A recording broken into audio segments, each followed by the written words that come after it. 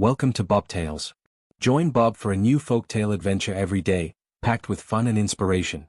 Subscribe and dive into our magical stories. The grand chandelier sparkled like diamonds as classical music floated across the gold-trimmed hall.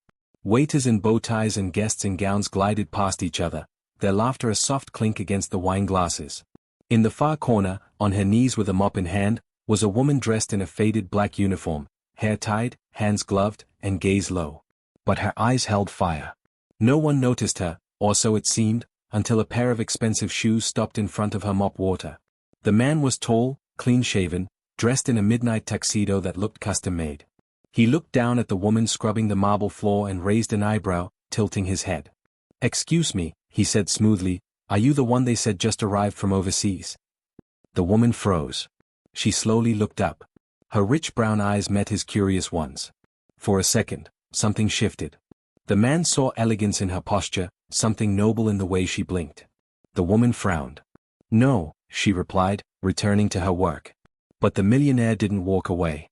Instead, he leaned closer and whispered, "I don't believe you." Then he gave her a smile that made her stomach twist, not out of charm, but confusion. She was just a cleaner. Why was he talking to her like she belonged among the elite? What made him pause? As she resumed her work, she felt his gaze burn into her back. That night, her name was not on any guest list, but someone was about to write it in ink. After the party, the woman walked through the cold night air with her cleaning cart rattling behind her. Her back ached, her knees were sore, but her mind spun. Why had that man looked at her like that? Why had he spoken to her as though she had power? She brushed it off. Rich people were weird. Still, a strange flutter sat in her chest. She reached her apartment, a tiny room with peeling paint and one window. As she kicked off her shoes, something hard slipped from her pocket. It was a leather glove, not hers. Not cheap either. Inside was a gold monogram. Her heart raced. She realized it must have belonged to the man from the party. Had he slipped it to her? By accident? Or, on purpose? It smelled faintly of his cologne. She tossed it onto the table, but it seemed to stare back at her like a question mark she couldn't answer. 2 days later, at another event in the same venue, she was asked to clean again. She almost said no, but the paycheck kept her mouth shut. As she walked into the glittering hall, the same man was there, this time with 2 other businessmen. He turned. Their eyes met again. But now he wasn't smiling. He was watching. Measuring. As though she had become part of a puzzle he couldn't solve. After the event, as she mopped near the crystal staircase, someone tapped her shoulder. It was a young woman in a sleek red dress.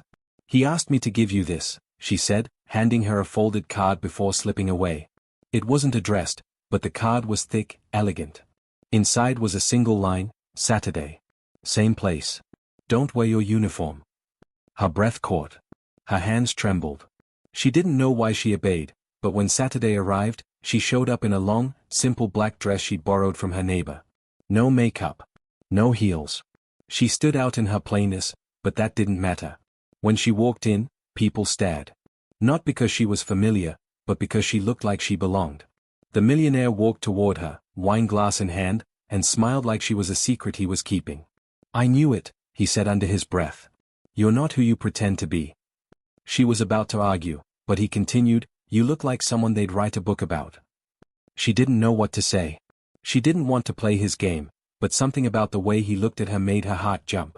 And that scared her more than any job loss ever could. He introduced her to a group of guests as an international art consultant before she could stop him. Her eyes widened, but before she could correct him, he whispered, "Play along. Let's see how long they believe it." It was ridiculous. But it worked. They asked her questions about European galleries, abstract forms, and exhibitions. She responded with short, vague answers. They clapped.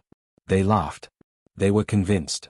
By the end of the evening, she had gathered 6 business cards, been offered a private tour of a gallery, and even had someone ask for her number. She excused herself, rushed to the restroom, and splashed cold water on her face. This was dangerous. This wasn't her world. She was playing a role she didn't audition for. But, it felt good. Too good. Outside, he was waiting by the door. "I knew I was right," he said. "You don't clean floors. You walk on them like they were made for you." She looked him dead in the eyes. "I clean because that's my job. You saw what you wanted to see." He smiled, sipping his drink. And you hid what you didn't want seen. And just like that, she knew, he wasn't flirting. He was investigating. A week later, she was off duty and walking home when she saw a familiar face standing across the street. It was one of the people who had spoken to her at the party, the one who had offered her a tour. He waved her over. "Hey, I've been looking for you. That offer still stands." She almost refused, but something inside her, curiosity, pride, recklessness, said yes. The gallery was cold and modern, filled with paintings that cost more than her annual income. The man explained his passion for art, but she barely listened. Her eyes kept drifting to the framed photographs on the wall, images of people, places, and one that made her stop breathing. It was her. In the background of a piece titled The Unknown Guest. The photographer had captured her from that party, looking like a queen. Her knees went weak. "Where did you get this?" she asked. The man chuckled. "Oh, that one?" Some anonymous submission. Claimed she was a mystery woman who vanished after a single night. The title was ironic, because she hadn't vanished. She'd just returned to scrubbing the floors. But now, someone had immortalized her, and the millionaire's trap was tightening. Back at her apartment, she barely slept. That image of her, displayed like art, haunted her. The next morning, she went to the venue office pretending to look for her paycheck. Instead, she sneaked into the event coordinator's files and found a guest list from that night. Her name wasn't there, of course. But neither was his. The millionaire hadn't been an invited guest either. Her fingers went cold. He had lied. He hadn't just mistaken her identity, he'd been pretending too. But why? Why would a man with such wealth and presence fake his way into events? She thought she had been the one out of place. But maybe they both were playing roles neither wanted exposed. She copied the list and left in a hurry. That night, she found another note slid under her door.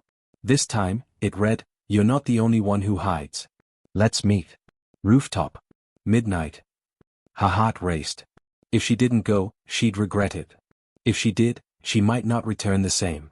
The air was cool and the rooftop nearly silent, except for the distant sounds of tires rolling over wet asphalt. She stepped out from the stairwell slowly, unsure of what to expect. The millionaire stood there, hands in his coat pockets, staring at the city lights. He didn't turn when he spoke. "I thought you wouldn't come." She approached with measured steps. "You're not on the guest list," she said flatly. He smiled, still watching the horizon. "Neither were you."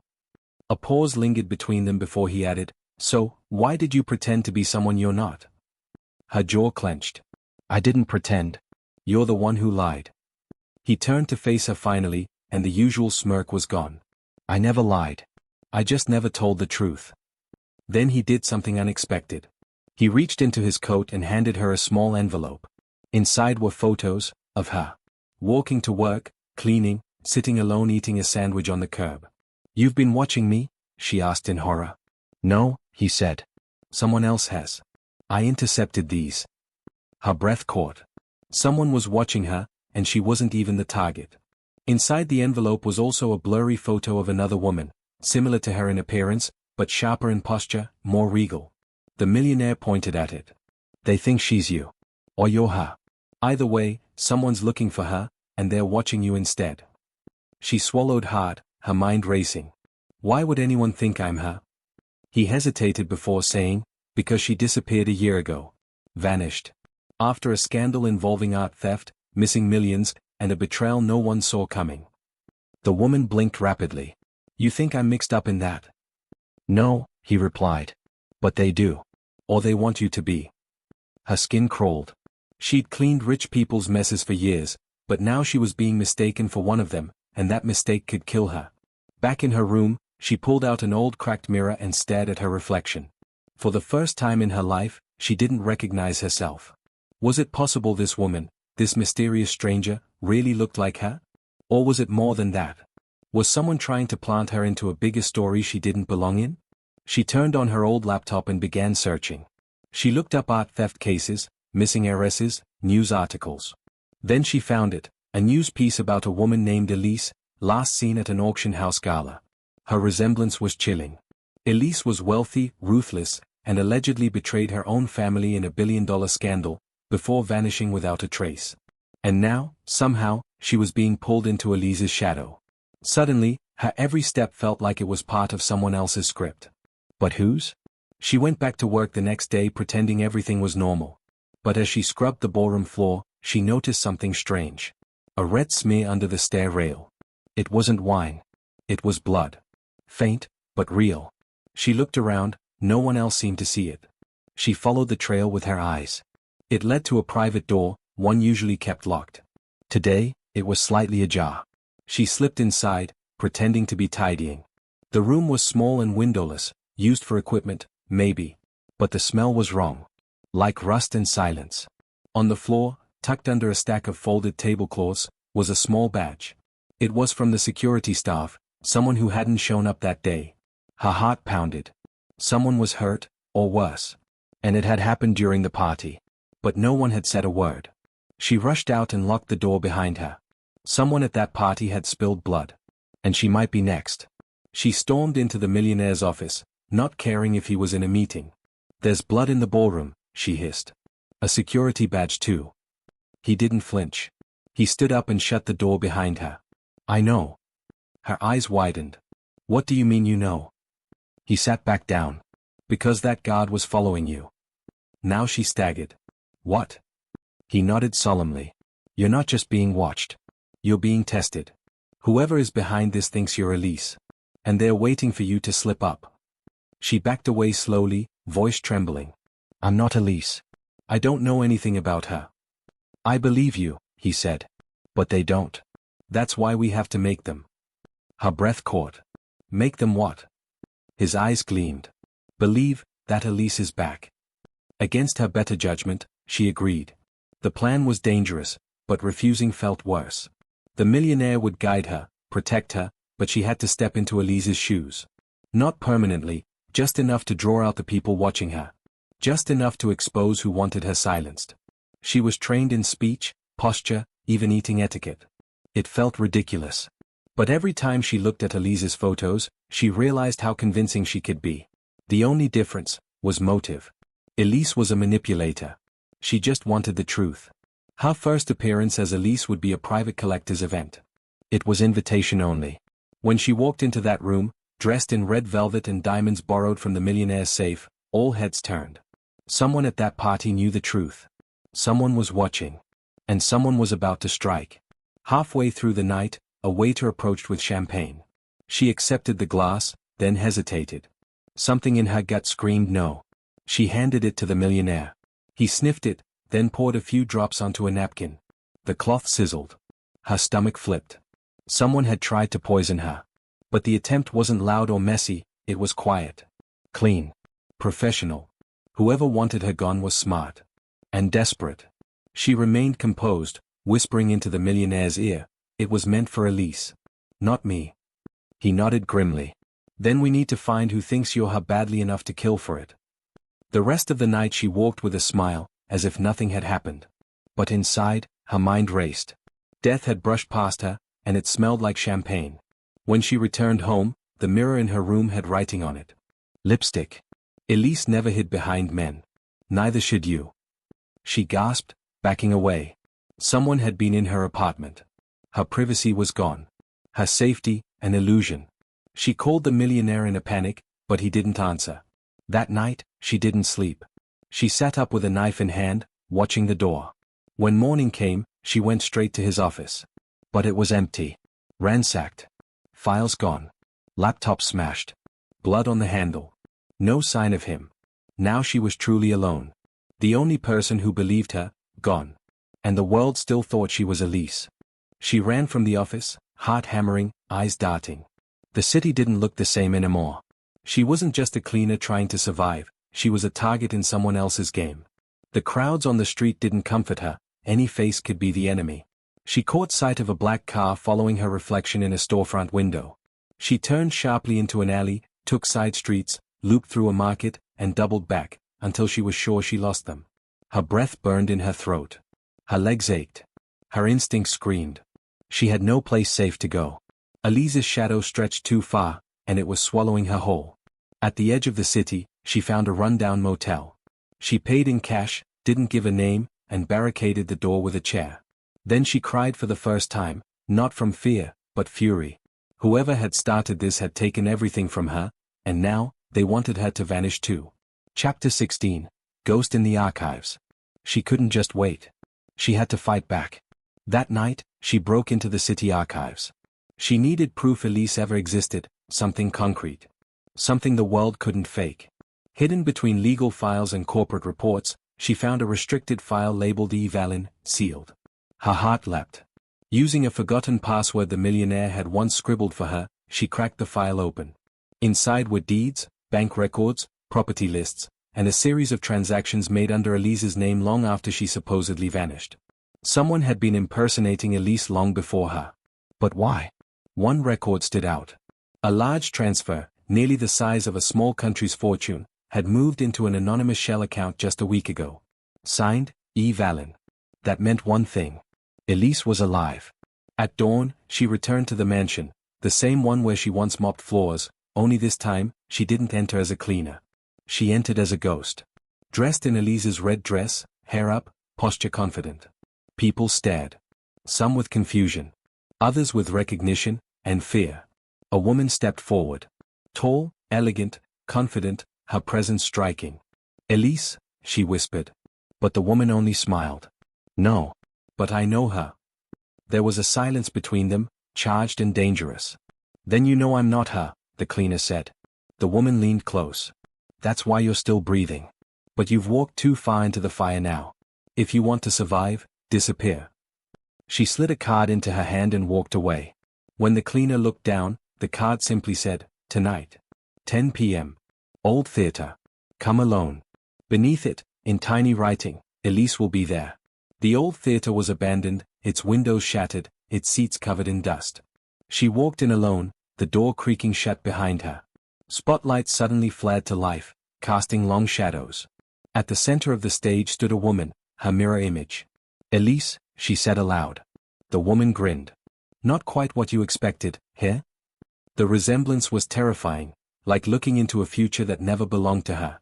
"Why are you doing this?" she demanded. Elise's smile faded. "Because they erased me. My family. My friends. They needed a scapegoat for what they stole. I went underground. Hid. And when I saw you, I saw my second chance. My replacement. So I let them find you." "You used me," she whispered. Elise walked closer. "No. I gave you a role. A reason to matter." Then she added, voice like ice, "But now you're in the way." A loud crash echoed from above. Ropes snapped. The balcony groaned. The cleaner rolled just in time to avoid falling debris. Elise vanished into the shadows, but the message was clear, she wasn't meant to leave alive. She stumbled through back halls, heart racing. That's when she found him, the millionaire, bruised, blooded, but alive, tied to a chair behind the curtains. She rushed to him. "You're alive," she gasped. He smiled weakly. "So are you." She cut him loose. "Why didn't you tell me she was alive?" He looked ashamed. "Because I didn't know for sure. And when I did, it was too late. She wanted me silenced." He coughed. "We have to end this. Tonight." They lured Elise back to the stage. This time, they were ready. The cleaner stood in the spotlight, camera rolling, audio broadcasting through hidden channels the millionaire had set up. Elise entered, thinking it was another trick, but her words were no longer secret. Everything she said, the confession, the betrayal, the fake identities, it was all caught live. Sent to every contact in Elise's stolen empire. "You think this will stop me?" she hissed. "You'll still be a nobody scrubbing floors when this ends." The cleaner stepped closer. Better to scrub floors in peace than wear diamonds in fear. Elise lunged, but the millionaire tackled her. Sirens wailed outside. Elise was dragged away, screaming promises of revenge. But the game was over. She returned to the ballroom, not as a guest, not as Elise, but as herself. The cleaner. The woman who had scrubbed champagne stains off the marble, now stared at her reflection in its shine. She was bruised, exhausted, but not broken. The millionaire came to her side. "You don't have to go back to this," he said gently. She smiled. "I know. But this is who I am. Not Elise. Not a ghost. Me." She picked up the mop and laughed softly. Besides, floors don't lie. For the first time, she wasn't running. She was standing. Weeks passed. The city buzzed with the scandal. Elise's face was everywhere, but so was hers. Not as a suspect, but a survivor. And still, she returned to her quiet life. Each day she cleaned, she did it with pride, because she had fought for the right to be forgotten.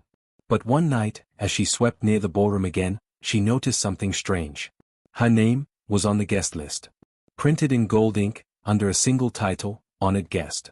She stared for a long time, then quietly crossed it out. She walked in, not as a guest, not as a suspect, but as herself. And this time, everyone knew exactly who she was. Not a millionaire. Not a VIP. Just a woman who had survived, and refused to be anyone else.